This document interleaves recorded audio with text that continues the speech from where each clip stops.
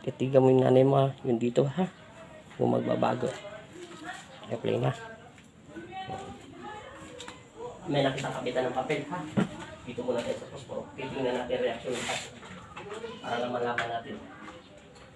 Kasi nakita naman ng doktor may sakit siya, di ba? Opo. Kaya hindi ko na alamin kung may sakit siya. Mabuti sana kung tinignan ng doktor, wala talaga siya makita. Automatic nakikita naman ng doktor. Kung wala, doon ko sana siya kakabitan para malaman ko muna kung meron siyang sakit talaga sa physical niya. May sakit to sa puso, wala? Pikit. Pangalan? Linda. Apelido na lang. Palad. Ilang taon? 47. Bumalik ka doon sa tindahan mo. Doon, kung saan ka nagsimula. Gusto mo basta pumupo ka lang doon. Huwag kang bibilat hanggang wala ko sinasabi ha. Hapon na kasi ngayon ha. Concentrate. Pikit. Sa ngalan ng Ama, ng Anak, at Espiritu Santo. Amen. Sa pamamagitan ng pagsabit ko sa inyong pangalan, Panginoong Jesus, Amang Nazareno, kung meron mang talagang nananakit dito sa loob ng katawan ng taong ito, kung pwede po ba siyang makuha at makausap sa espiritual ng Panginoong Kristo, tinatawag ko sa espiritual ng Panginoong Kristo ang tao. Meron mang nananakit na elemento o espiritu o tao man dito sa loob ng katawan ng taong ito, tinatawag kita bilang instrumento ng aking Ama.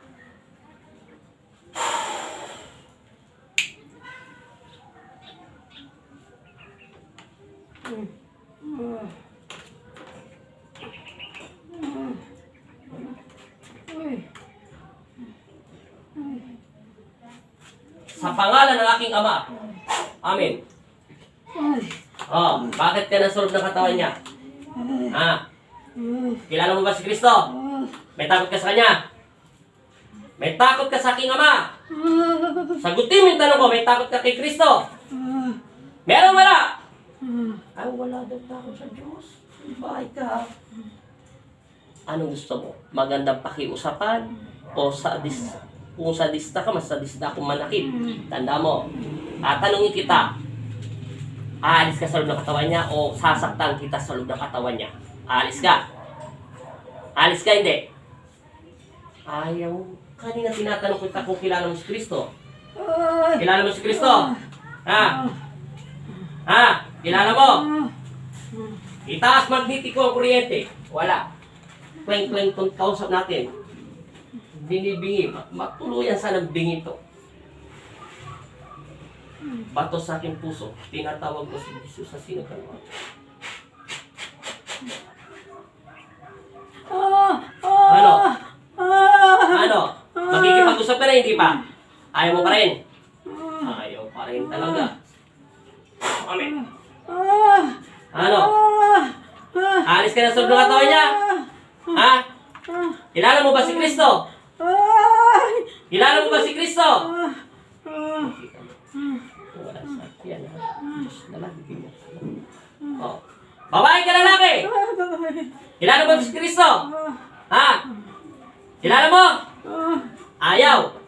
Alisin mo yung nilagay mo sa kanya, hindi. Ayaw mo alisin. Hindi talaga. Ikaw mapilit ha. Pinagbibigyan na kita. Alisin mo hindi. Alisin mo hindi. Ayaw mo talaga. Ayaw. Tanggalin mo yung sakit niya. Tanggalin mo. Dalawa. Ikaw mapilit ha. Ayaw tayo pansinin ng pangit nito. Tingnan natin kung anong klaseng nilalang to. Hindi takot sa Diyos eh.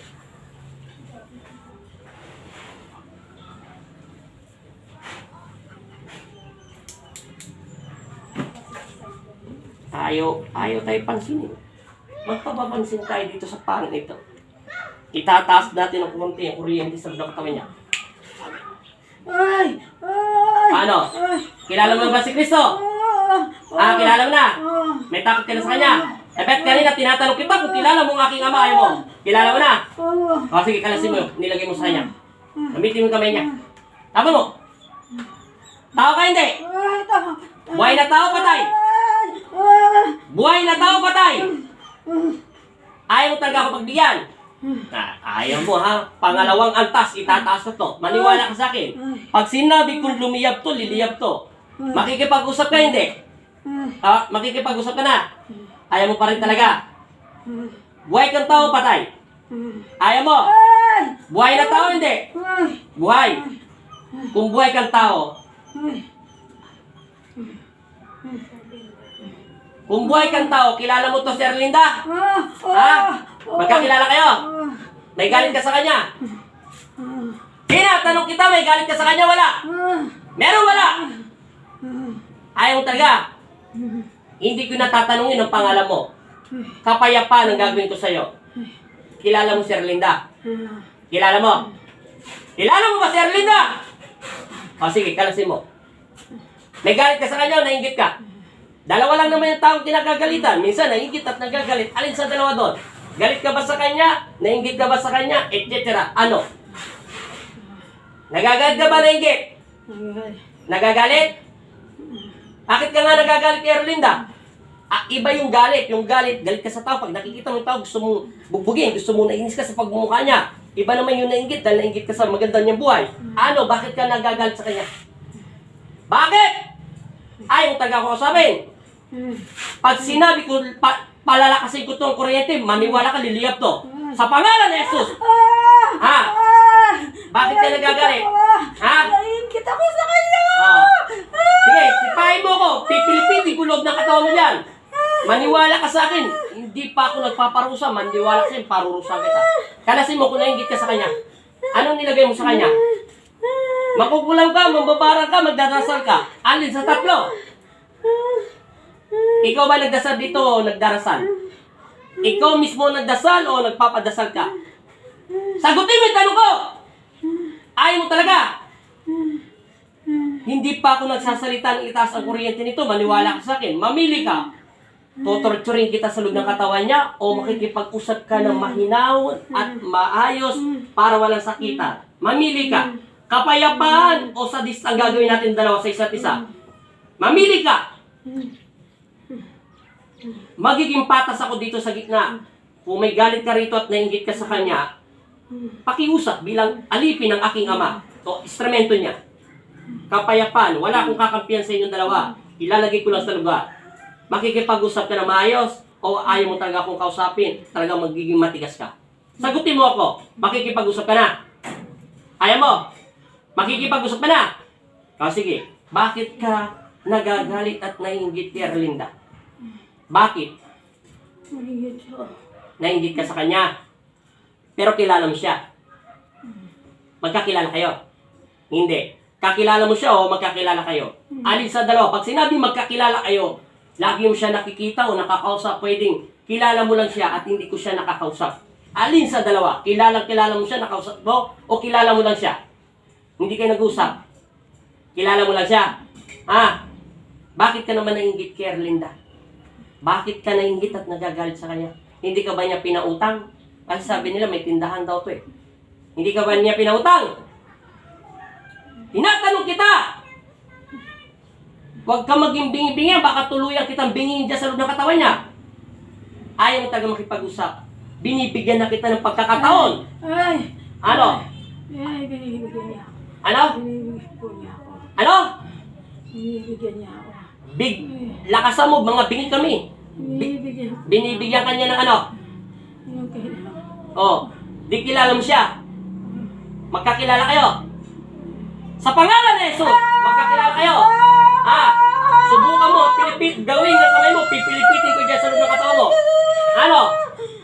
O, kalasin mo. Nilagay mo. Tanggal. Kalas!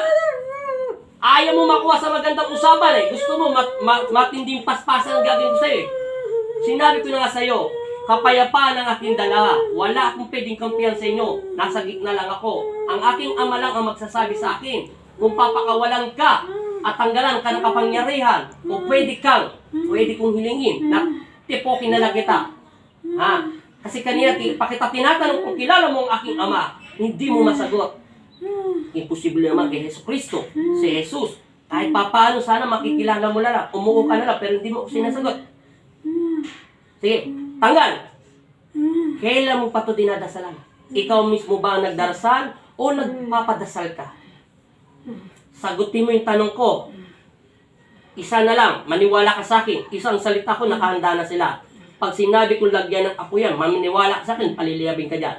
Maniwala ka. Kakalasin mo hindi. Kakalasin mo na. O sige, kalas. Matanda ka na, bata pa? Matanda ka na o bata pa? Handa. Gaano ka katanda? 40, 50, 80, 90, 100, 150. Ilang taon ka na? 50. 50 ano? 1, 2, 3. Meron bang butal o eksakto lang? Oh. Ilang taon ka na sa 50? Ayaw mo talaga magsalita. Hindi pa ako galit nito, akala mo? Diyos ko. Ilang taon ka na sa 50? Ilan? Eksaktong 50? O, sige, kalasin mo. May anak ka na. Siguro naman, may anak ka na. Kung liban lang, kung di ka talaga magkakaroon ng anak. May anak ka na. Ilan ang anak mo? Dalawa. Dalawa. Ano siya? Ano yung panganay? Babae, lalaki? Babae, lalaki ang panganay. Alin ba doon? Babae o lalaki? Lalaki. Dalawa anak mo? O, sige. May asawa ka? May asawa ka, wala?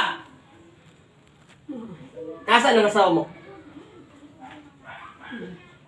Nasaan ang asawa mo? Tanda mo. Talagang pupugutan na kita ng hininga. Nasaan ang asawa mo? Nasaan ang asawa mo? Nasaan ang asawa mo? Hindi ko pa wala. Oh. Sige, kalasin mo lahat yan. Hanggang wala kinutos. Kalas! Huwag mong hilahin ng panya, sasaktan kita. Kung makinig, bububugin kita. Ang pangalan nito ay babae, tapos pangalan mo lalaki. Tatlo sila, tapos dalawa anak mo. May edad na ba yung anak mo? Nato lang, 50 ka na. Alam naman, nag-asawa ka ng 40. Mahirap magkaroon ng anak ng 40. Sige, may apo ka na ba? May apo ka na ba? Pinagpapawisan ako sa'yo, hindi pa ako galit. Ang tama. Ay, God ko. O, kalasin mo lahat yan. Okay. Ang tanong ko, dalawa na lang. Ikaw ba nagdarasal o pinadadasalan mo to? Pag hindi ka sumagot, wala na akong tanong-tanong. Hindi kita papakawala, maniwala ka sa akin. Ikaw ang nagdarasal o mismong nagpapadasal ka? Sagutin mo yung tanong ko. Darasal. Ikaw o ang nagpapadasal ka? Darasal. Ikaw nga o nagpapadasal ka? Ikaw? Sige, kalasin mo. Saan mo natutunan ng pagdarasal? Saan mo nga natutunan ng pagdarasal? Sasapukin na kita, hindi na ako nagbibiro. No, dumigay na ako. Ayaw mo talaga, ha? Ay, Diyos. Ano? O, sige, kalasin mo. Kalasin mo. Pag ako tumayo na rito, sige, kalasin mo lahat yan. Sige, hindi na kita tatanungin. Kasi, malapit ka lang sa lugar nila eh. At hindi ko na alamin ang pangalan mo. Sige, kalas. Kalas, ubos. Ubos. Marami yan. Kailan mo pa siya dinadasalan? Di ba sabi ko sa iyo, hindi ko na alamin ang pangalan mo. Makikipag-usap ka na. Wala nang alam ang pangalan. Naintindihan mo? Sige, kailan mo pa siya dinadasalan? Kailan pa siya dinadasalan? Gaano katagal? Ilang taon na? Dahil 3 linggo na, 2 weeks na daw to may sakit, pabalik-balik lang sa medisina. Oo, totoo may sakit siya. Alam nung sinabi na ng medisina, pero hindi daw siya nakakakain at hindi nakakatulog. Hindi rin daw nakakatulog. Sige. At sabi daw ng mga manggagamot, meron daw malaking tao. Sige, sasangayunan ko na yun. Kalas, salamat pa rin sa naggamot sa kanya o nagtawa. Sige, kalas. Matigas ang puso nito. Sukdula ng galit sa nanay mo. Papatay na nanay mo. Pag ganito katigas, wala na siyang pagmamahal sa Diyos. Paulit-ulit ko sinasabi yan. Kung kilala mo si Kristo, ayaw niya magsalita. Kaya pag tinawag kong babae sa lalaki, babae daw siya. Alam naman kalimutan mo ang Diyos. Doon ka nagmula. Di, kalas. Bilisan mo. Matagal mo na siya dinadasalan. Bisaya ka, Kapampangan ka, Tagalog ka, alin ka doon? Bisaya ka ba, Tagalog? Kapampangan. Yung totoo. Hindi ko na nga inaalam ang pangalan mo. Marami ang tao magkakaparehas. Kapampangan ka. Pinanganak ka sa Pampanga. Ang nanay tatay mo Kapampangan. Yung totoo! Sige. Saan mo natutunan ng pagdarasal? Kung ikaw ang nagdarasal. Saan? Saan? Ay. Saan? Gawa lang. Kalas mo. Kalasin mo. Gawa lang. Kalasin mo hanggang balakang niya. Alam mo yung balakang, di ba? Kalasin mo yung lahat yung nilagay mo. Bisa mo. Ito lang ba yung dinadasalan mo? Marami ng iba. May dinasalan ka na ibang tao? Ha? Meron na yung ito lang. Wala. Ito pa lang. Ha? Opo. Bakit nga galit na galit ka sa kanya? Ano bang kinagagalit niya? Bigyan mo naman ako ng magandang istorya mo sa buhay mo. Ano bang kinainis at kinagagalit at kinaingit mo sa taong ito? Mata pobre ba to? Mapanlait ba to? Ano? Bakit ka galit sa kanya? Bakit ka nga naingit? Hindi po na. Hindi mo alam? Gusto mong alamin ko kung bakit ka naingit sa kanya? Gusto mo? Gusto mo talaga alamin ko? Tingnan mo yung mukha niya. Namumulan. Nagkakaroon na siya ng lipstick. Alas! Kanina mukhang demonyo. Hindi, demonyo kasi itong babae mo ito eh. Ilan taon na itong, kung makinig, bububungin kita ilang taon na itong nanay niya? 47 plus 50. 50 ka na, tapos 47 lang to. Dalawa anak mo, 3 naman anak niya. Sige, hindi ko na alamin ang trabaho ng asawa mo. Kung hiwalay ka, wala ka pakialam. Asan tatay niyo? Kung makinig, pupulot lang kita. Kayo. Nasa bahay. Ikaw, yung asawa mo, hindi mo alam. Kasi kung matino to, alam niya asawa niya nasa loob ng bahay. Kaya kung matino to, alam mo agad kung sino si Kristo. Sige, kalas! Ubusin mo! Malapit lang to sa inyo. Malalaman ko to kung sino kung pipigayin ko to eh. Pero ayaw ng Diyos yun. Gusto niya, kinselyuhan na lang tong nanay mo. Importante naman dito para gumaling to eh. Para makatuloy ito, makakain na siya. Ang gagawin na lang, ibalik na lang yung sakit doon sa taong nagdarasal. Tapos, pag umulit, tipokin. Pero ayaman Diyos sa magpasya. Siya magpapasya niya. Pwede yan lagyan ng pangontra para hindi makapasok. Katulad ng ginawa ko doon sa Black Magic. Doon sa babaeng manyakis na malibog na magkukulam na Black Magic. Pinagsasamantalahan niya yung pasyente niya na nagpapagamot din sa kanya. And di mahuli-huli. Dito, natsambahan ko siya rito. Okay. Ngayon, hindi niya mapasok-pasok yung babae. Kaso, pinarusahan siya ng Diyos. Okay. Alas, marami pa yan. Kailangan mapahinto mo itong init ng krus pag krus stick na ito. Nakita mo itong papel nito? Nakita mo ito, wala itong palaman, di ba? Tignan mo ito ha. Di ba nakapangalan ito sa kanya? Alas, hindi mo! Sa pangalan ni Jesus Kristo. Ay! Oh, papel na lang yan, oh. Diyos ko. Ay! Alas, ubusin mo lahat yan. Pero, hindi ubra. Kailangan itaas natin ng konting kuryente para matanggal lahat yung sakit. Kahit may papel yan, gagamitan pa rin natin siya ng special stick. Ay! Tanggal! Huwag mo bitawan yan. Bitawan mo, pipitikin kita dyan sa loob ng katawan niya. Sige, tasin mo lahat. Bisa mo. Wala kang takot sa Diyos eh. Kasi kung may takot ka sa Diyos, hindi mo ito gagawin. Dapat nga matuwa ka sa taong yun. Yung taong yun ay umaasenso. Sana pag ninagdasal mo sa aking Ama, yung pagdarasal mo sa Kanya, Ama, nasa yung harapan ng iyong anak. Bigyan mo po kami ng maayos na buhay. Yung wala po kaming sakit. Hindi po namin kailangan yung mga material na bagay. Importante yung hindi kami tinatabla ng sakit na COVID, o anuman sakuna, o anuman disgrasya, o anuman sakit galing sa hangin na padala ng aming mga kalaban. Maging matatag sana kami sa pananampalataya. Sana po yung anak ko at apo ko. Sana po kung, ewan ko lang kung may mag-asawa pa kayo, wala kayo. Sana yung asawa ko, mautak niya man yung pag-iisip niya. Nakipuin niyo po siya, maalala niyo po kami. At wala po sa ilang oras o ilang minuto na sana yung lalaking minamahal ko ay siya lang nasa puso ko. O ganun din siya. Dapat ganun ang pinagdarasal mo sa aking Ama. Tapos pinagdarasal mo rin yung mga kapitbahay mo. Paano ka tutulungan ng aking Ama, ng Panginoon Kristo na aking lahat, kung ang isip at puso mo, puro na nakasamaan. Wala kang takot sa Diyos. Ibig sabihin, sumasamba ka sa kadiliman. Kalasin mo lahat yan. Ayusin mo pagkalas, pipilipitin kita, maniwala ka sa akin. Ubusin mo lahat. Tapon ng tapon. 19 minutes. Bilisan mo! Kailangan matapos mo to ng 5 minuto. Pag hindi mo naubos yan, pupukain kita. Nangangawit na yung pa ako, ha? Nangangawit na ako kamay ko, ha? Ngayon, kalas. Ubusin mo lahat yan. Bilisan mo. Kita mo, sa papel, lumilihab na. Masakit pa rin. Ganyan katindi ang galit sa nanay mo. Ganyan din katindi. Araw-araw yan dinadasal yung gabi-gabi. Kailangan, doblehin niya rin ang pagdarasal ng nanay mo. Dapat lagi siyang tumatawag, kumain, matulog, bago gumising, magpasalamat. So, hindi siya tatablan. Tingnan mo yung nanay mo, pumuputi na yung mukha.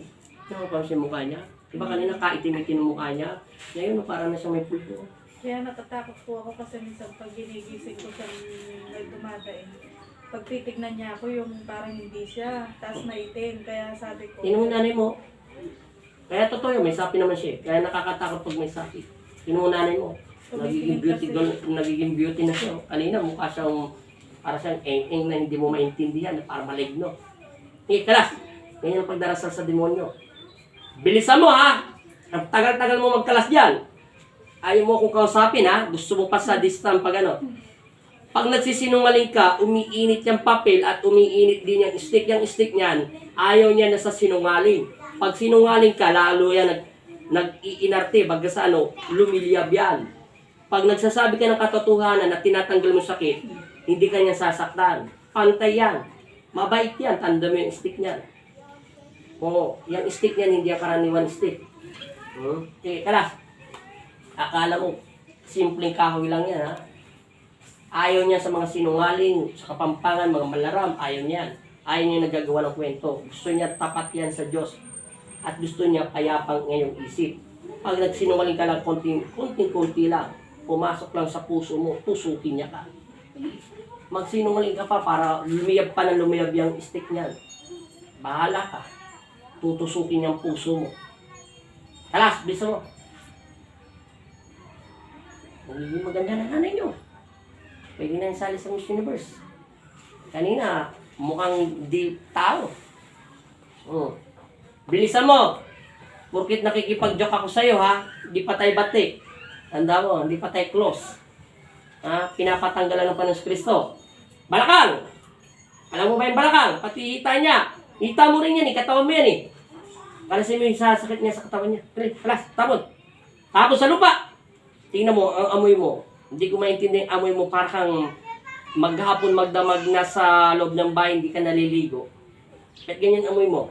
Naamoy kita. Sige, kalas. Alam mo kung bakit ka ganyan amoy mo? Kasi nagdarasal ka sa kadiliman. Doon ka sumasamba. Hindi mo lang alam, yung pananalangin mo at pagsasamba sa kadiliman, binebenta mo yung espiritu mo at kaluluwa mo. Hindi mo namamalayan yung espiritu mo mabantot. Kasi kaya hindi mo maamoy yun dahil ang utak mo at isipan mo, puro galit, puro hinanakit, puro kung ano-anong iniisip mo at inggit mo sa kapwa mo. Kaya yung amoy mo, yun na rin ang amoy na pang-ilong mo. Sige, kalas! Kung napupuspusan ka ng panalangin sa Panginoon Kristo, di sana hindi mo maiisip yung mga pinagagawang pagkakamali. Gusto mo? Kalas na kalas! Marami pa! Pag hindi ka umayos yan, pipilipitin kita ng pipilipitin. Nangangawit na ako, tanda mo. Pupukpukin na kita. Okay, tanggal. Gusto mo, bus. Kami nilagay sa namin. Matagal niya na ito pala ito dinadasal. Kilala niyo ito. Kaya yun yung magsabi ng totoo niyang pangalan, kilala niyo. Pero kaya ko pa rin alamin ito kung gano'n ko kalayo sa bahay. Bilisan mo! Meron pa wala na? Hindi, wala na. Tanggal pa, marami ka daw sa likuran. Yes, miss na. 23. Bilis! Huwag kang pipiyok pag tinitingnan ko to. Tatanggalin ko tong papel. Ay, Hindi naman ito madidetect na gusto ng papel yung sakit niya. Dito natin i-detect yan kung meron pang natitira. Hanap tayo ng pinakamagandang stick. Align detector.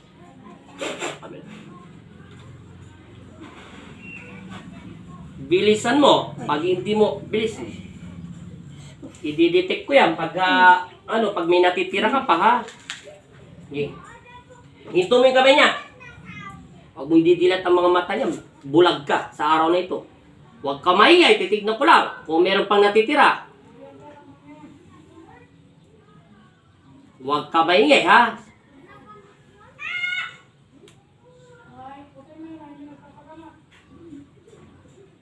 Meron pa, konti na lang daw. Linis, simula ulo. Tanggalin mo lahat. Meron pa. Bisa mo, tanggal lahat. Wait. Bilisan mo. Bakit? Akala mo nakaipit lang yung stick. Nakadikit lang yan sa kanya. Kung walang sapi yan, yan pipyo. Kahit anong dasal ko. Yung stick niyan, eksakto lang yan sa mga daliri nyo. Eksakto lang yun doon sa pinakailalim. Kita mo nga sa papel kanina, nasasaktan pa siya. Papel na lang yan. Wala naman nakabalot dyan sa papel yan. Bilisan mo, popokpokin kita. Kung makikinig sa usapan namin, kung kita mo yung papel. Nasasaktan pa siya sa papel. So, hindi patay bati ha? Imeans na. 25. 25.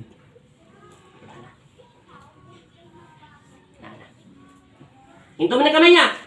Ito ha, uulitin ko sa'yo, tanda mo ha, naiintindihan mo sinasabi ko sa'yo. Tigilan mo ang kaingit mo sa iyong kapwa. Manahimik ka muna, tanda mo ha. Pag inulit mo to, anong gusto mo? Hindi na kita pagbibigyan. Gusto mo pumantay ang dalawang paa mo? Gusto mo pumantay ang dalawang paa mo? Magnetiko, bigyan ng kuryente muna, pansamantala. Amen. Naiintindihan mo sinabi ko sa'yo? Anong gusto mo? Papantay ang paa mo? Gusto mo ibalik ko lahat ng sakit ng ginawa mo rito? Iba, titigil ka hindi? Titigilan mo na siya. Tanda mo sinasabi ko sa'yo ha. Nasa akin ang pasya ng buhay mo, tanda mo. Kung gusto ko kunin ang hininga mo, kakalasin na kita ng hininga. Gusto mo patayin na lang kita ng diretso-diretso? Gusto mo? Sagutin mo yung tanong ko, gusto mo? Ulitin ko ang tanong, gusto mo mamatay na sa araw nito? Hindi. Tatahimik ka. Tanda mo sinasabi ko sa'yo. May isang oras lang ang biyahe nito simula sa amin, tanda mo.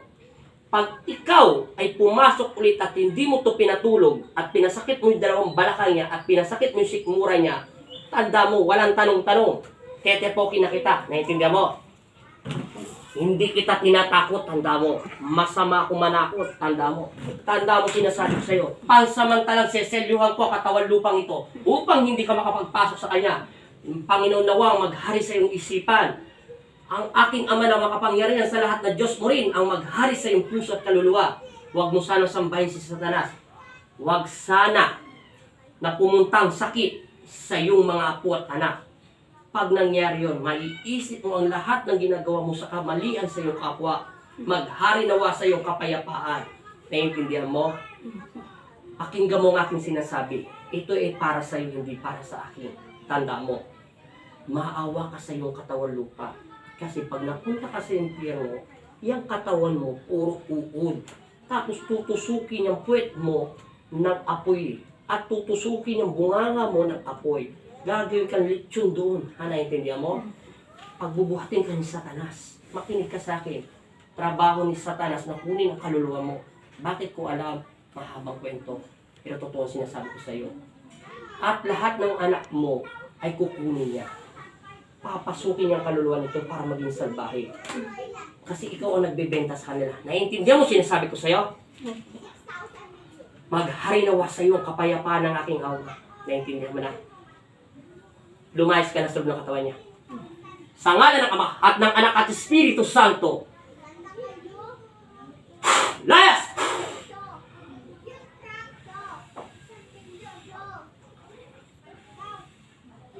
Gising. Sabi mo in Jesus' name. Jesus name. Amen. Amen. Amen. Amen. Ipagpag ang pa. Ipagpag mo. Ipagpag mo.